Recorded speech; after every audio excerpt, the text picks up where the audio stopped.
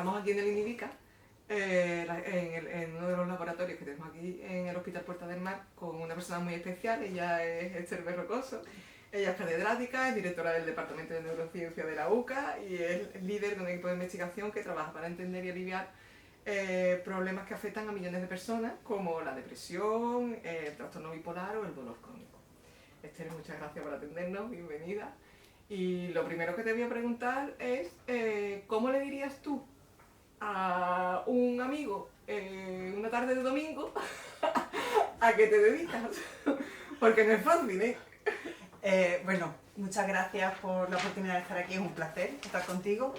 Y ciertamente esa no es una pregunta fácil. De hecho, sí que me la han hecho en varias ocasiones y yo creo que al final no sé si consigo transmitirlo porque es complejo, es complejo. Sí.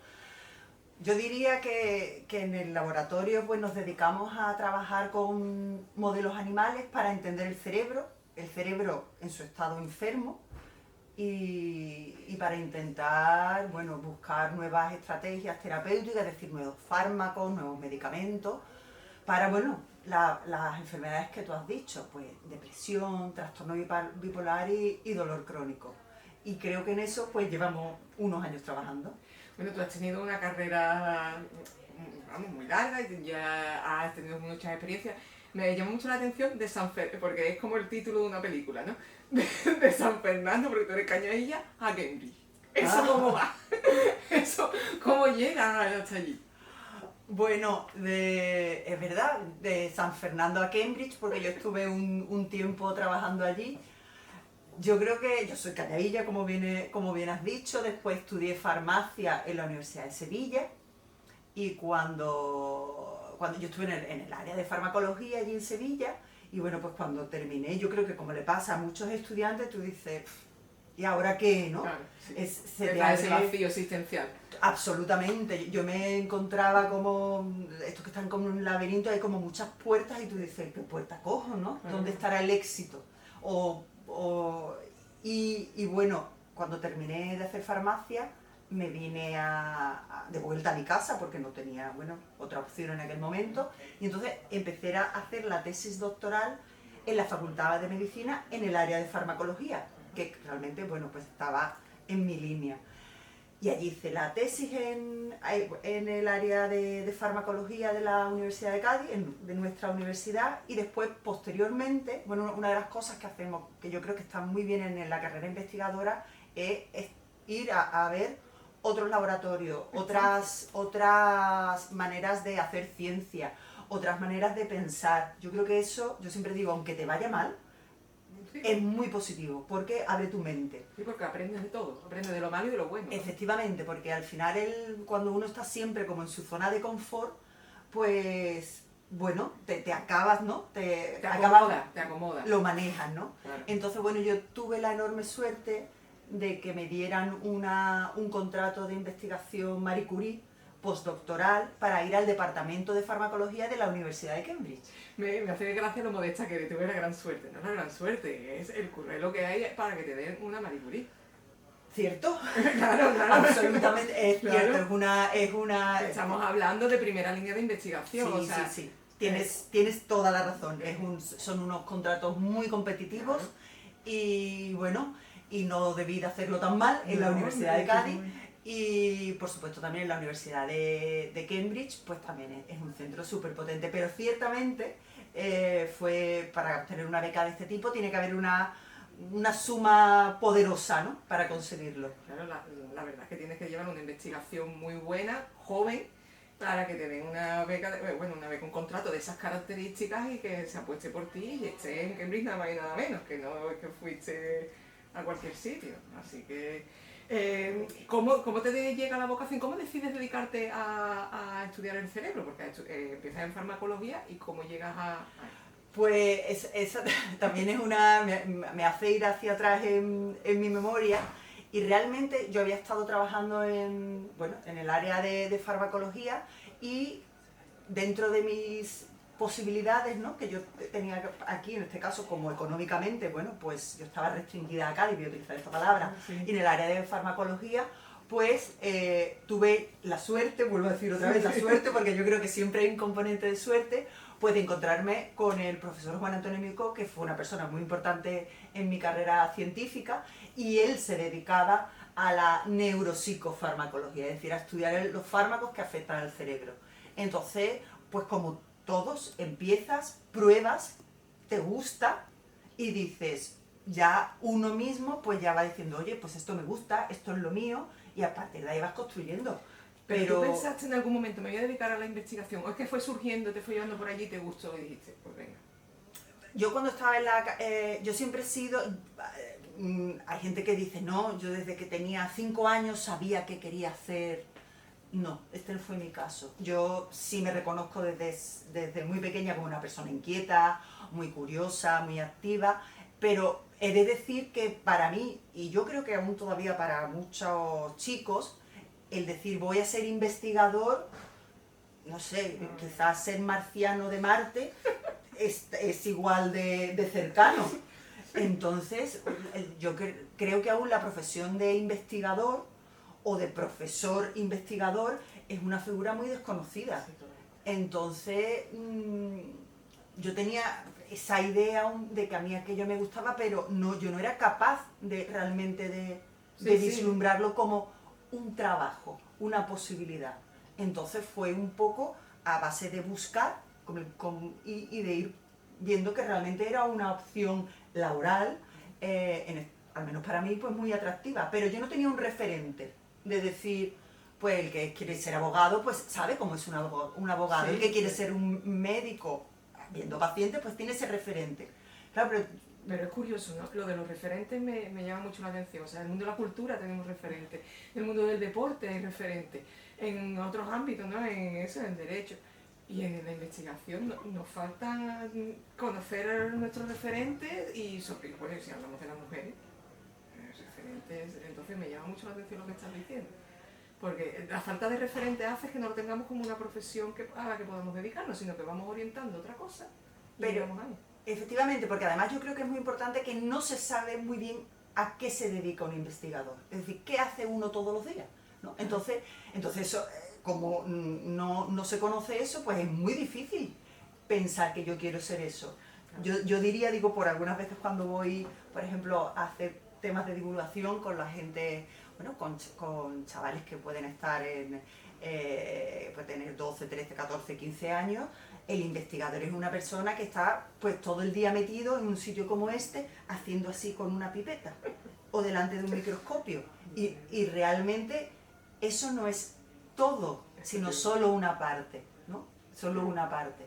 Entonces, claro, si tú piensas en que solo va a estar delante de un microscopio 8 horas al día, pues no suena, ¿no? Como, uff, yo me quiero dedicar a eso, no. Entonces, hay una parte que es esa, pero después hay una parte súper, que es la que a mí más me emociona, que es la de imaginarte, crear ideas, proponer, experimentar, que es la parte donde está uno, por ejemplo, en el microscopio, y después ver que tenía razón.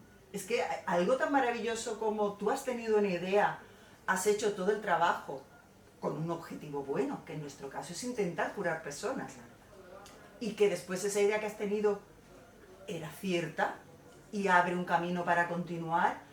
Eso tiene que ser... Es ese momento en el que tú te das cuenta de que aquello que tú habías propuesto, tú, tu equipo... El eureka, ¿no? Es verdad. Eso es indescriptible. Supongo que sí, que tiene que ser maravilloso. Has estado hablando que has hecho estancias. No solo en Cambridge, sino que has hecho otro tipo de estancias. ¿Qué es lo que principalmente notas de diferencia cuando haces las estancias allí? ¿Qué es lo que más te llama la atención? Bueno, yo he hecho a lo largo, estuve un tiempo bastante largo en Cambridge, pero después estuve también en un centro de investigación en París, en la industria farmacéutica, en Grunenthal, y bueno, diferentes ámbitos, ¿no? El de la academia propiamente universidad y el de la empresa. Por ejemplo, en el de, claro, en este caso estamos hablando de Francia o estamos hablando en el Reino Unido, sobre todo en el Reino Unido, donde, bueno, lo conocí más a fondo porque estuve allí más tiempo, veo que realmente hay diferencias fundamentales con respecto a la financiación, que es algo que no se puede obviar en ciencia, y entonces esa diferencia fundamental de la financiación da mucho peso, porque tener una financiación muy importante abre mucho las posibilidades. Después también hay diferencias en cuanto al aspecto laboral, propiamente dicho. El ambiente anglosajón es diferente al ambiente mediterráneo, entonces esas no son necesariamente diferencias en la investigación, pero sí en los ambientes laborales. Y también está muy bien porque, bueno, aprende uno a adaptarse, ¿no?, a diferentes contextos. Y también por comentar, cuando estuve en la industria farmacéutica, que para mí también era, bueno, dedicándome a la farmacología, era una posibilidad que me parecía una enriquecedora. En la industria farmacéutica, bueno, veo que tienen, o sea, hay unas vías que están muy marcadas, claro, como ahí realmente el peso, la productividad es lo que prima, sí, claro. Entonces todo está muy marcado, ¿no? Esto está bien o está mal, pero todo está, cuando se decide algo hay que seguirlo todo muy marcado porque estamos hablando de una empresa que quiere obtener resultados. Entonces, desde mi punto de vista se pierde la capacidad de improvisar, de crear, hacer cosas que, bueno, que a lo mejor... Que sí te permite no hacerlo. Claro, ser más innovador, ¿no? Ser más arriesgado. Sí. Entonces yo creo que la academia da la posibilidad de arriesgar, ganar o perder, ¿no? Ahí está el riesgo. Y la industria farmacéutica, bueno, pues hay un pensamiento inicial muy profundo de realmente esto si va a llegar al fin marcado. ¿Has dudado alguna vez de dedicarte a la investigación, de dedicarte a otra cosa? ¿Has tenido ese momento de decir, mira, esto es complejo, falta financiación, estoy dando vueltas porque sabemos que la carrera del investigador es compleja, para llegar a la estabilidad pues uno ya tiene una edad, y decir, mira, tiro la toalla, me dedico al sector privado, me dedico a otra cosa, porque esto... Bueno, yo sí que he tenido muchísimos momentos de desánimo, principalmente por la falta de estabilidad y, bueno, los problemas que lleva la falta de estabilidad laboral, pues a nivel, pues, propio mío como persona y después también para conciliar, ¿no?, con una familia, una pareja. He tenido muchísimos momentos de desánimo, pero creo que nunca llegaron a rebosar, ¿no? El vaso quizás estuvo casi lleno, pero nunca ¿Te ha podido más la parte positiva? Me ha podido más la parte de vamos a continuar, yo creo que sí. Y bueno, finalmente estoy muy contenta, pero muchas veces la inestabilidad de la carrera laboral, digo, como investigadora en este caso, digo, no nos lo merecemos. O sea, se recurre demasiado, sobre todo, bueno, en países, por ejemplo, como España, que como es muy vocacional y es cierto, pues parece que todo vale, ¿no? Hay muchísimas profesiones que son muy vocacionales, pero los investigadores, además de tener una enorme vocación, pues yo siempre digo, tenemos que pagar la hipoteca, claro, hay que comer, efectivamente. Vestir a nuestros hijos para el que lo tenga y el que no a sí mismo. Tener la posibilidad de encontrar una estabilidad que te permita tener unos hijos. Entonces ahí yo creo que todavía tenemos un margen de mejora. Sí, bueno, en España, bueno, y en muchos lados, ¿no? La ciencia a veces pues siempre nos falta dinero, ¿no? Para poder investigar, que al final lo que hacéis es ayudar a mejorar la vida de los demás, ¿no? Y en este caso, en el tuyo, es casi más visible. Con esto te quiero ya entrar a preguntar un poco sobre tu carrera. Yo sé que lideras un grupo que ahora mismo está tratando temas muy innovadores, como la creación de modelos animales humanizados. Esto quiero que me lo expliques muy bien porque la cabeza hace plush. O sea, modelos animales humanizados, ¿qué es? Pues mira, este fue ahora mismo, es decir, que una línea de investigación que estoy absolutamente apasionada con ella y ha sido gracias a un gran riesgo, un gran riesgo. Pero ahora mismo nos lleva a una gran emoción y un entusiasmo total.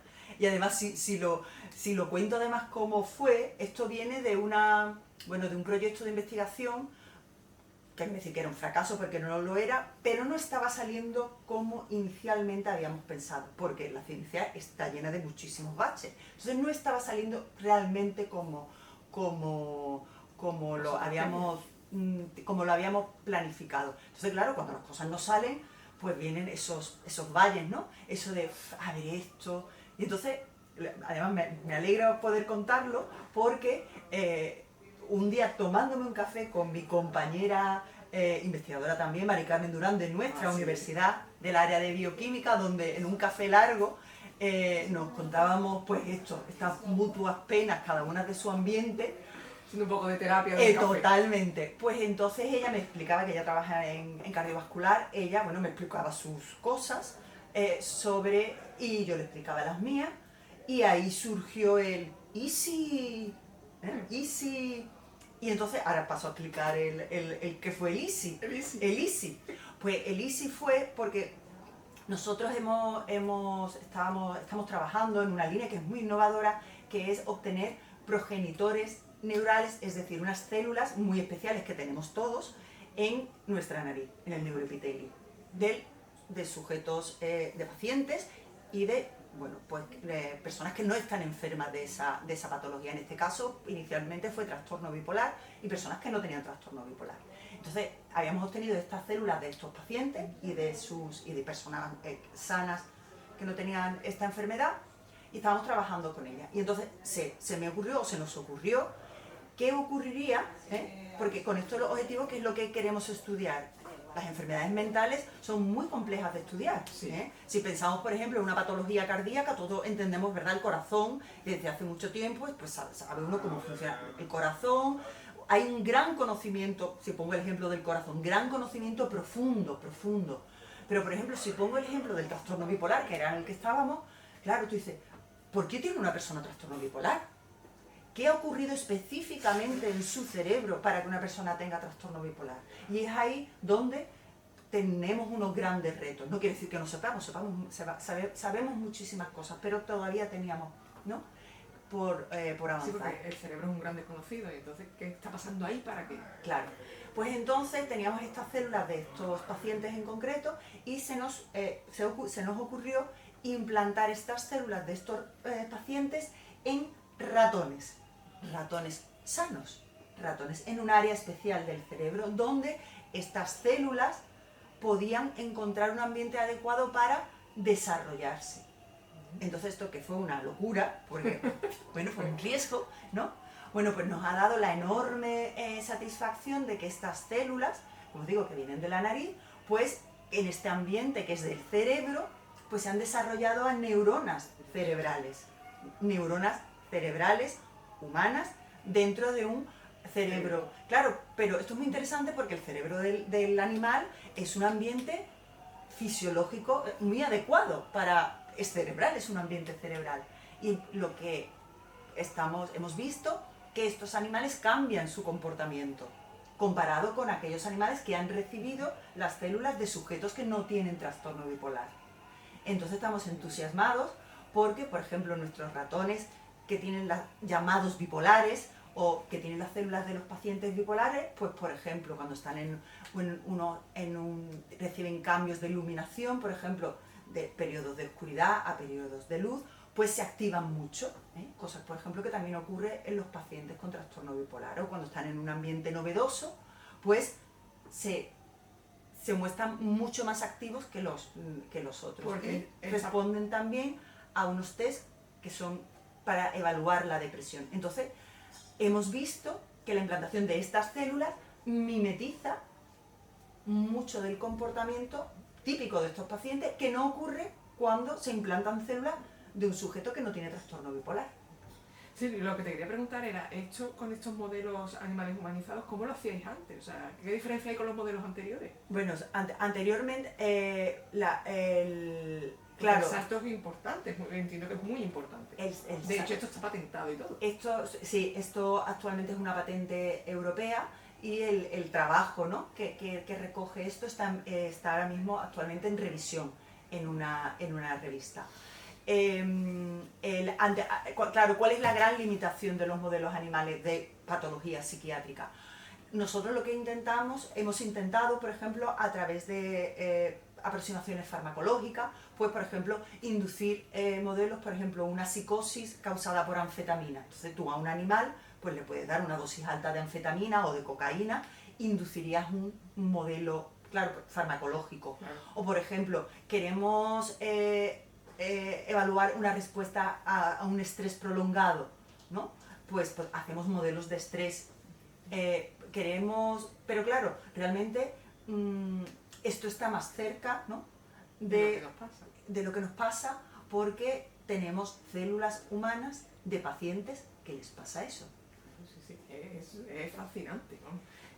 Me parece como de película, eso, ciencia ficción, como estamos avanzando y lo estamos haciendo desde Cádiz, y me parece, la verdad, que es una maravilla. Y si me deja, nos ha costado, y nos sigue costando muchísimo, conseguir financiación para este proyecto. Claro, es que la financiación es un tema que os preocupa muchísimo, porque ¿qué está pasando con esto? O sea, verdaderamente parece que está subiendo la financiación, pero ¿sube? ¿Lo notáis? ¿No lo notáis? Bueno, hay muchas convocatorias y tenemos los investigadores, por ejemplo, también una diferencia importante entre España, por ejemplo, que yo percibo, y otros países a nivel de nuestro entorno europeo, o las mismas convocatorias europeas, es que en otros países suele haber que eso tiene también sus pros y sus contras, yo lo sé.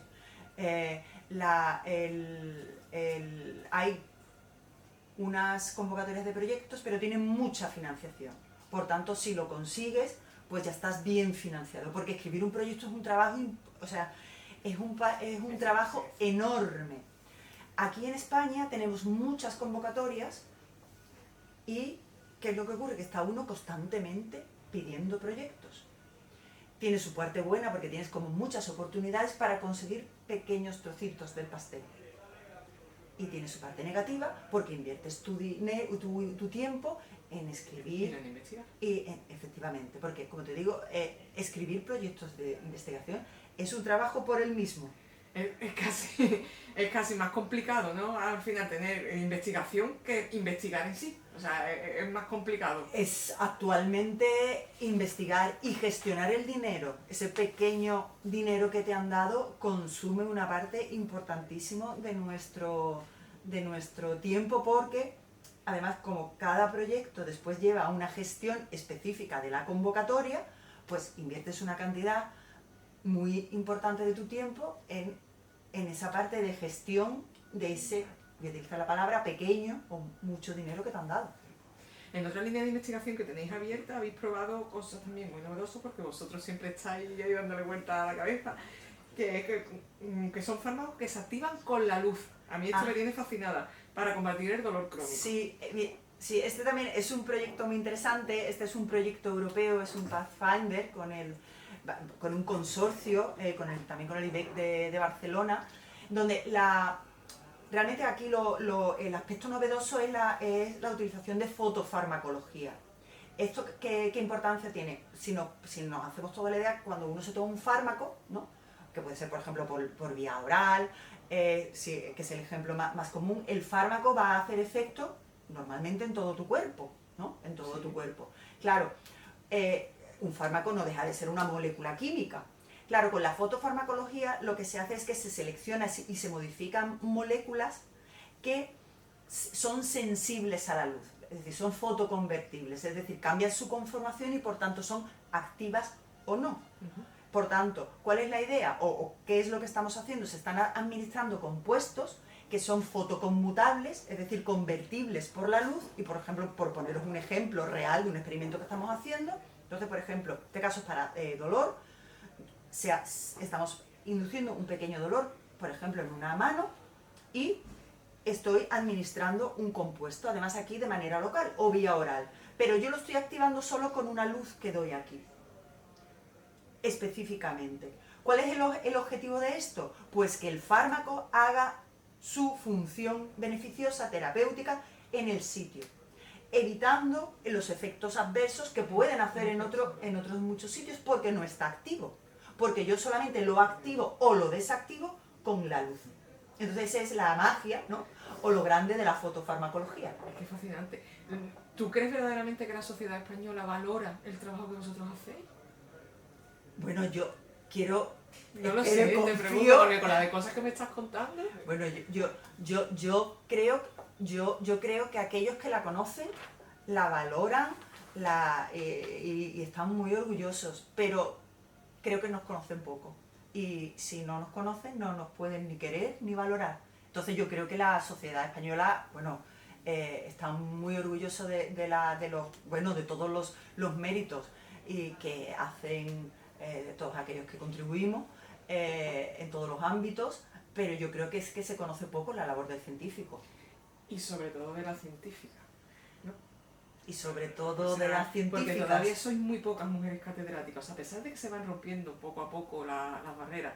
Y que, bueno, por ejemplo, en la UCA hace un par de años el 24% de todos los catedráticos solo había un 24% de mujeres. Ahora estamos en el 26%. O sea, no es una locura, pero bueno, vamos subiendo. ¿Qué pasa aquí? ¿Por qué no conseguimos romper de una vez ese maldito techo de cristal? ¿Por qué no llegamos? Techo de cristal o suelo pegajoso, ¿no? Eso es. Más vale. Mejor dicho, suelo pegajoso. Yo diría que más bien suelo pegajoso. Sí. Bueno, yo creo que esas estadísticas que tú has dicho del 26 son las mismas en nuestro país y son las mismas en Estados Unidos, en diferentes países de Europa. Bueno, yo creo que es decir, es un problema global, no es un problema de España solo. ¿Por qué ocurre? Pues ocurre porque yo pienso que es más por el suelo pegajoso que por el techo de cristal. ¿Qué hay en el suelo pegajoso? Pues en el suelo pegajoso hay cuestiones, además que no creo que sean específicas de la ciencia, que son de todos los ámbitos laborales. Está desde luego y sin lugar a dudas la falta de conciliación laboral, eso yo lo pondría absolutamente en el nivel primero, la falta de la conciliación laboral, la falta del apoyo social, y cuando digo social digo de nuestro ambiente más cercano, a que la mujer que tiene familia dedique su tiempo en corresponsabilidad con su pareja al cuidado de los hijos. Es decir, creo, y en esto digo que tenemos todos y todas la misma contribución, porque creo que aún socialmente está peor visto que una mujer pues bueno, dedique su tiempo a hacer su trabajo, que puede ser muy productivo, y cuando por cambio es el hombre, es un mérito. Sí, además nosotras tenemos los parones, ¿no? En la carrera científica, una carrera de obstáculos constante. Totalmente. Y largo, que te tienes que parar, porque si quieres ser madre, pues Sí, tienes que parar. pero si tuviéramos totalmente, porque pues, absolutamente, pero además añadido, porque el tiempo de ser madre es un tiempo, realmente es importante, pero es limitado en el tiempo. Pero además de ser limitado en el tiempo, después se extiende a que después la sociedad, en la reincorporación, la reintegración de esa mujer que ha tenido hijos, nos cuesta mucho. Y deberíamos todos y todas de apoyar a que eso se haga de la manera más sencilla para ella, que lo quiere intentar y lo quiere hacer. Porque compaginar casa, trabajo, 2 proyectos, porque tú eres IP en Cádiz de 2 proyectos europeos. Los proyectos que no sean europeos. Eso sí, tengo que escribir paper. Tengo que hacer divulgación, porque tengo que contar lo que cuento, porque es un ejercicio de transparencia que hay que hacerlo. Os piden, más o menos, ser superwoman y superman, ¿no? Entonces, ¿cómo se lleva eso? ¿Cómo lo llevas tú? Ser un hombre o mujer orquesta, ¿quieres decir? Sí, básicamente. Bueno, pues yo creo que eso se lleva cuando no se lleva solo, o sola en mi caso. Si no, es imposible llevarlo.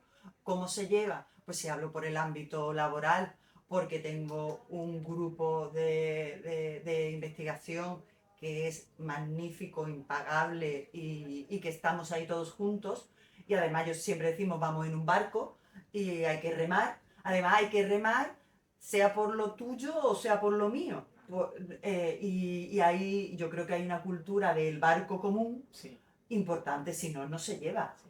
Por poneros un ejemplo de hace 2 días, estábamos en una convocatoria de un proyecto y bueno, de la que yo era investigadora principal, o íbamos a presentarlo como investigadora principal, y yo tenía la visita de unos investigadores de un proyecto europeo aquí en Cádiz. Entonces yo hice una parte y a mi grupo les dije, tenéis que terminarlo porque yo ahora ya estoy haciendo otra cosa. Entonces os preguntaréis, ¿se presentó el proyecto? Se presentó el proyecto perfectamente, en tiempo y forma. ¿Pero por qué? Porque no soy yo, porque somos un todo. La importancia del equipo, ¿no? Absolutamente. Y lo mismo digo el equipo en el ámbito personal. ¿Por qué? Pues porque yo en este caso pues tengo la fortuna de tener una pareja que está conmigo en esto, de manera real. Esto no quiere decir que sea siempre todo color de rosa, Ya, obviamente. pero está conmigo en esto. Si no, pues, si no es que no se puede. Escuchándote, si llega una alumna y te dice, mira, Esther, que he decidido que quiero ser investigadora, ¿tú qué le dirías a secretaria? ¿Qué le dirías tú a la Esther del pasillo de cuando estudió farmacología si te dijera que se quiere dedicar a esto? Yo lo que pasa es que como soy una enamorada de lo que hago, pues que para adelante. Que desde luego no se va a aburrir. Eso sería, a mi Esther de hace muchos años le diría, no te vas a aburrir. No sabes dónde te estás metiendo, amiga. No te vas a aburrir, pero yo le diría que no se va a aburrir, que va a ser una vida llena de altibajos, positivos y negativos, pero bueno, si me preguntas ahora ya a mis casi 50, Vamos, por Dios. a mis casi 50, pues le diría que para adelante. Que no lo dudes. Que no lo dudes. Si eres una persona curiosa, yo creo que hay que ser, eso sí, hay que ser una persona curiosa, activa, inquieta. Yo veo, claro, yo como digo, estoy en casi 50, yo veo a mis compañeros y a mis compañeras y entonces, bueno, algunos de ellos los veo que están quemados de su trabajo. ¿Por qué? Porque son trabajos monótonos, son trabajos donde, claro, cuando uno lleva al final 30 años haciendo lo mismo, y entonces están quemados de su trabajo. Y yo estoy, como te contaba antes, estoy encantada. Eso no quiere decir que tenga días fatales. Cuando tienes esos días fatales, ¿qué haces para remontar? Hombre, cuando tengo esos días fatales, pues me suelo refugiar, porque yo creo que todos tenemos un refugio. Mi refugio indiscutible son mis dos niños, Ángel y Francisco, mi pareja, Paco, y mi barco en el laboratorio de investigación. Eso, mi gente en el laboratorio, bueno, pues donde hay días de todo. O sea, cuando tú cierras tu laboratorio, tu familia. Cuando ¿Y cierro... qué haces más? Cuando, ¿Qué te gusta hacer? Cuando cierro mi laboratorio, los que me sacan del proyecto de manera inmediata y sin pedir permiso son mis niños. Ellos hacen muy bien, no les importa nada todo lo que tú haces.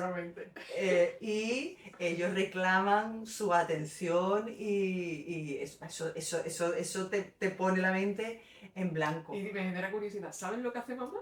Ah, ¿Lo sabes? Mira, eso es una cosa que es de la... ¿Sabes lo que hace mamá?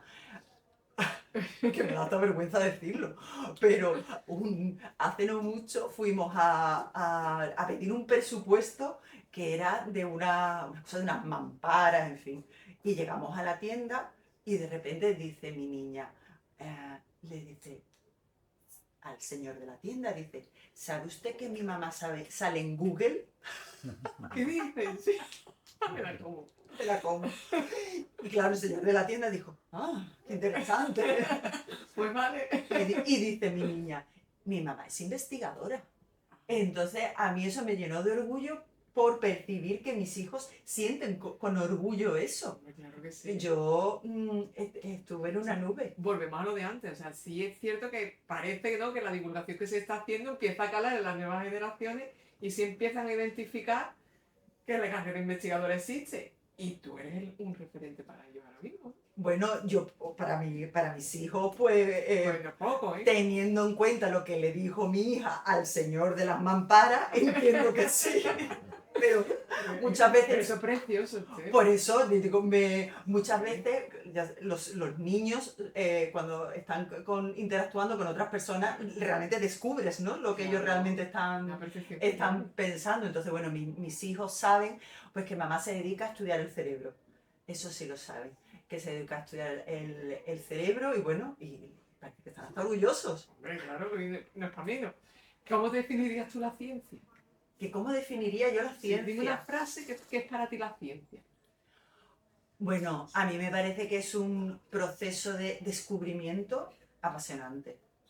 Yo creo que eso es lo que motiva a todos los científicos, un proceso de conocimiento, de avance y además yo todo lo que conozco, la gente quiere avanzar hacia algo que cree que es bueno, algo que cree que va a mejorar. En mi ámbito es la salud, pero hay otras personas que se dedican a predecir el movimiento de las placas tectónicas, para predecir los terremotos. Estoy hablando de mi primo Manuel Berrocoso, por Sí. ejemplo. Es decir, bueno, el científico yo creo que tiene ¿no? ese ansia de conocer, pero por mejorar. Y ya para cerrar, te quería, cuando pasen 20 o 30 años, ¿qué te gustaría a ti que la gente recordara del trabajo que tú has hecho? ¿Qué te gustaría dejar de legado? Uy, qué pregunta. Sí, es muy profunda Es muy esta, ¿no? Así de, profunda. oh, claro, ¿qué te gustaría? Bueno, pues estoy segura, lo fácil es que en ese barco donde yo estoy trabajando todos los días con mi grupo, pues, bueno, y en mi universidad, pues que fui alguien que intentó construir cosas, ¿eh? Que intentó construir cosas que fueran buenas para, bueno, mucha gente y que no sabemos si lo conseguirá. Bueno, seguro que sí. Ser, muchísimas gracias por atendernos, por este ratito y bueno, y gracias y espero verte en otra. Pues muchísimas gracias por la oportunidad de, ¿no? de asomarme a nuevas personas que no nos conozcan.